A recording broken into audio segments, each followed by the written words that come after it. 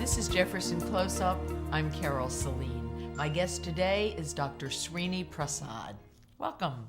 Thanks for having me. You know, I found it very interesting in chatting with you earlier that you had grown up with great interests in math and science, and you won science competitions, and you did all that kind of stuff. And yet when you went to college, you chose to be a philosophy major. What was that about?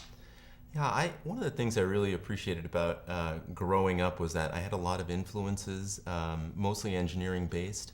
I figured when I went to college was a good opportunity for me to really focus on the liberal arts and to some extent to round it out, which I think is born value in medicine, because there certainly are both dimensions to that in neurosurgery, but medicine at large. Has it influenced the way you're interested in medicine today? Yeah, I think philosophy on some level makes you a little bit more sensitive to the spiritual side of stuff to some extent. And also, I really do think that the softer elements, like recognizing that patients are people and these are people within context and stuff like that, it's easy to get lost when you get inundated in all the facts and the MRIs and so forth. And so I think it has helped a lot to round me out as an approach. So what steered you from philosophy to medicine?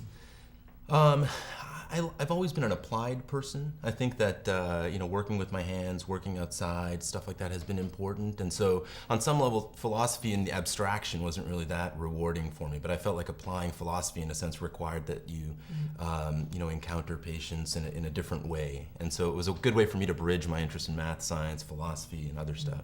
What would you say people would describe as your outstanding characteristics?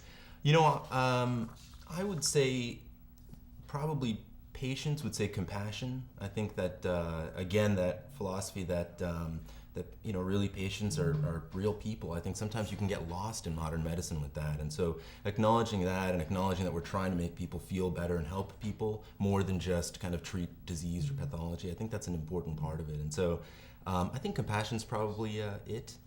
What is one thing that you would like people watching this video to know about you and how you practice medicine? That is an important question. I would say one of the things that I've really enjoyed through training is that I've had the opportunity to work with a lot of conservative surgeons and conservative staff.